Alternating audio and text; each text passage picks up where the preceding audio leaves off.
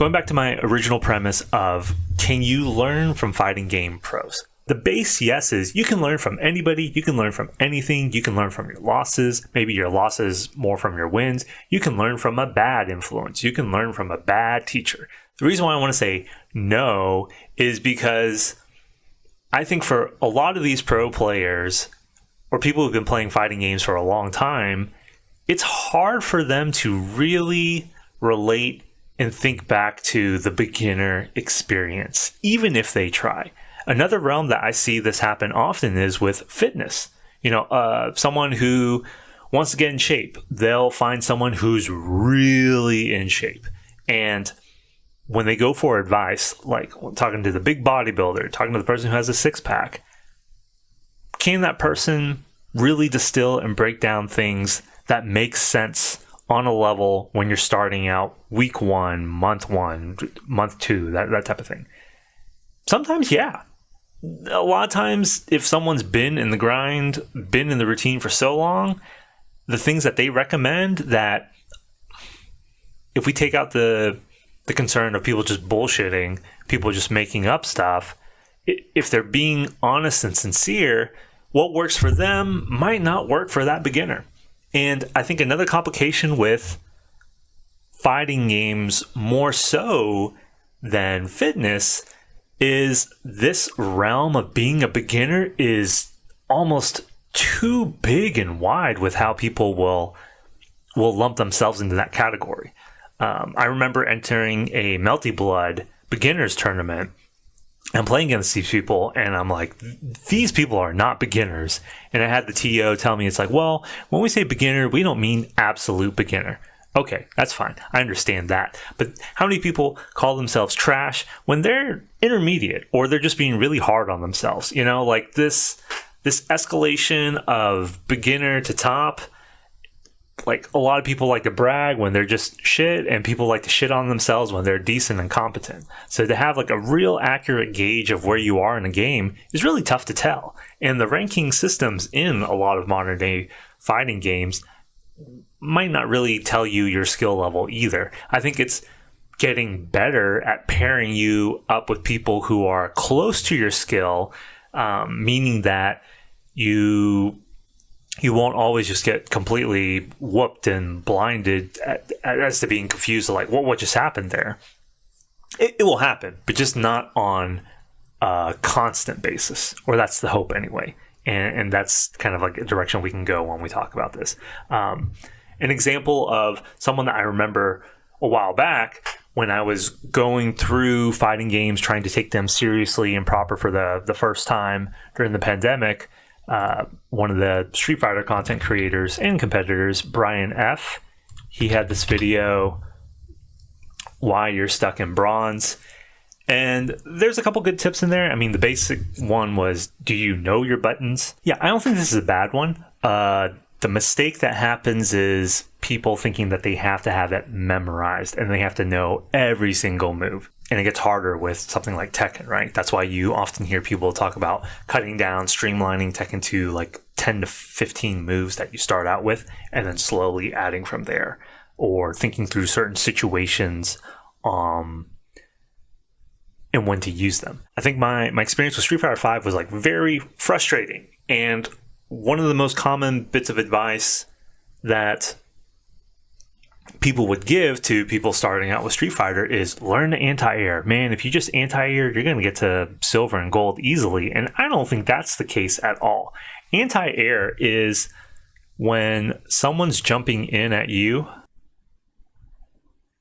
Yeah, if someone's jumping in at you, what can you do to punish them? There's a button. In Street Fighter, you can do Shoryuken, Dragon Ball uppercut, Dragon uppercut. But not only that, I think crouch heavy punch or heavy kick, depending on the character, usually works as well.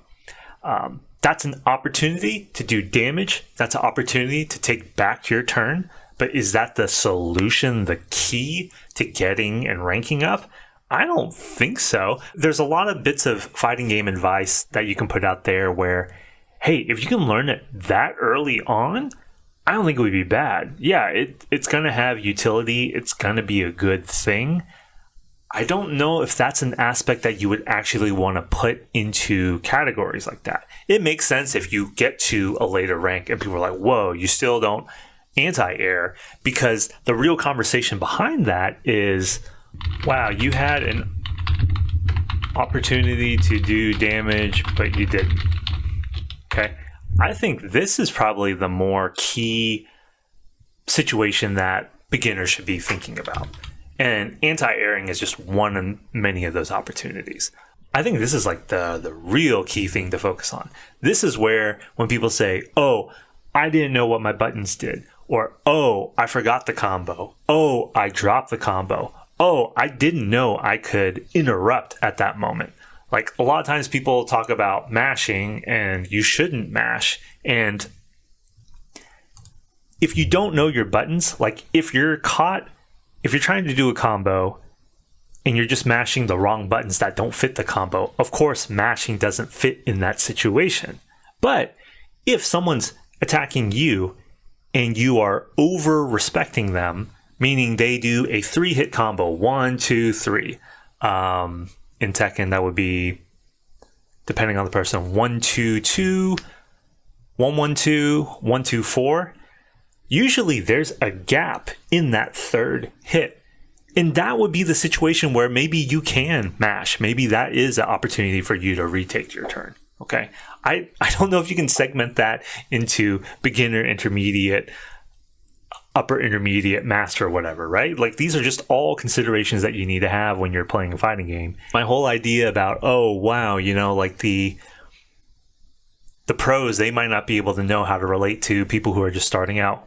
I had a comment on a video that I released a couple years back where essentially I was going through some Reddit threads. My premise was fighting games are frustrating, and just trying to, you know, relate, trying to empathize, talking about, hey, I know what it's like. But someone had to call out that even me, I have my own bias where I think I'm pretty good at relating to the basic beginner level. But this person said, hey, it's funny how you mentioned you can learn from losses, then only point out a bunch of things that a seasoned player would know to look out for. I don't know if I would call myself seasoned, but it is true that I've been playing for multiple years. Like, even if I'm making the shift to taking fighting games more seriously, learning things more quote unquote properly, I still have muscle memory. I still have exposure to playing fighting games through arcade ladders or playing through friends, you know? And if someone doesn't have that, it would make a lot of sense why they would feel even more overwhelmed. If it's not instant gratification, I think it's also oversimplifying what the learning process means. Because you can watch a video, you can listen to somebody who gives you a new term, a new concept, they point out something that you've never ever heard before, and you are introduced to that new idea. Maybe this is something that I should put here. Exposed. This means introduced to lots of new terms and concepts. So when you're starting out, this can feel really overwhelming, but that's part of it. Like, you didn't know these things, and now you're kind of getting them shoved in your face because you need to. But just because it's shoved into your face, if you're saying, oh man, like, how am I supposed to learn this? How am I supposed to remember it? Of course, like, why would you ingrain that? Why would you internalize that? That's, I think, maybe we can put it here, intermediate, or let's see, not a complete beginner. And we could say, just starting to internalize some stuff, right? Realizing, forgetting, and remembering is part of the process. It sucks. Like, you know, we want to be real honest. Like, we have motivational quotes about failure is the fatherhood of success, or you have to fail. What gets swept away with like all the hashtag motivation and inspo is it still sucks. It can still be demoralizing. You can shit talk yourself like, oh man, like, I forgot it again. But honestly, if you forget and you pick it back up, that second or third or fourth or fifth or sixth or seventh time of remembering the concept is going to be shorter and faster than the very first time that you were exposed to it.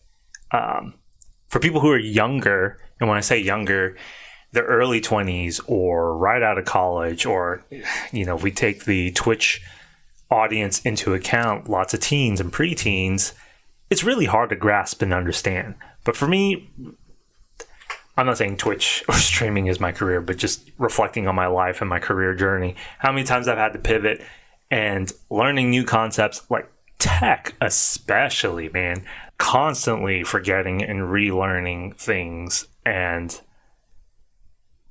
the more that you can be kinder to yourself or just accept that as part of the process, it does get easier. Like the more you put your foot down, it's like, no, I've watched this video twice. I should have gotten it by now. Oh man, like then you're treating it like work, right? Like, let's treat stuff like work when it pays like work should. The real thing that I want to work on is redefining what it means to be to get a perfect KO.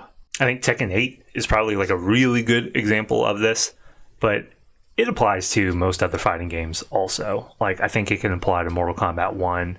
It can definitely happen in Street Fighter 6 also, especially with, I don't know, I see these clips of Blanca where they're getting like 2 touches basically. Perfect KO. So when you lose and you get perfected and you didn't even get a single hit in against your opponent, it can feel terrible, right? Or not can, it probably will feel terrible. But does this really show your skill level? Is the main thing that you have to think about. Were you trying to be defensive and stay blocking when you should have retaken your turn? So if you didn't take your turn back, that gave more opportunity for your opponent to start the offense all over again. If you blocked low and they hit you with the overhead, and that gave them the opportunity to get their combo started going all over again. If you were blocking high and they hit you with a low, and that scared you from continuing to block, and they got to get the combo going all over again. Did they throw you? And with Tekken, did you get up too soon? Did you get up too late? Did you stay on the ground where that gave them the opportunity to keep doing damage to you? That could happen. Were you, again, you didn't know your buttons, so you threw out something that was unsafe. Unsafe could mean in the situation that because of the distance between you and your opponent, you threw an attack that would not have hit them in any way whatsoever, but because you're stuck in this animation and trying to recover, they see this as an opportunity to start beating the crap out of you, okay? There's all this stuff that's going on, so these are bad judgments. You lost the round to a perfect, but you probably just weren't aware of certain things happening in those situations. Maybe you saw that opportunity. Oh, here's my chance to take my turn again, but you just didn't push the button fast enough, right? So all these little things add up. And in the game that's really volatile like Tekken 8, they add up really quickly. So then, let's say you don't know. Man, I got my ass kicked and I don't even know where to start. This is where I think Tekken 8's replay takeover comes in really handy, because you can watch it and it should be giving you tips that, oh, you should have broken the throw at this moment. You took a throw when you didn't have to. You accepted damage when you shouldn't have right there.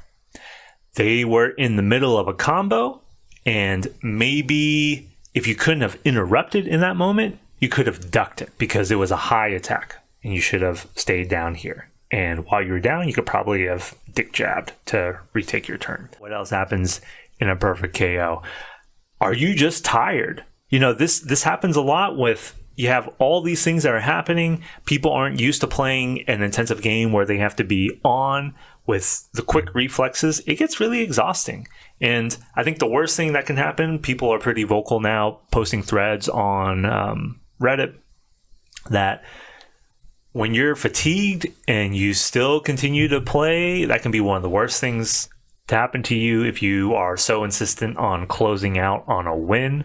You're probably in for a bad time.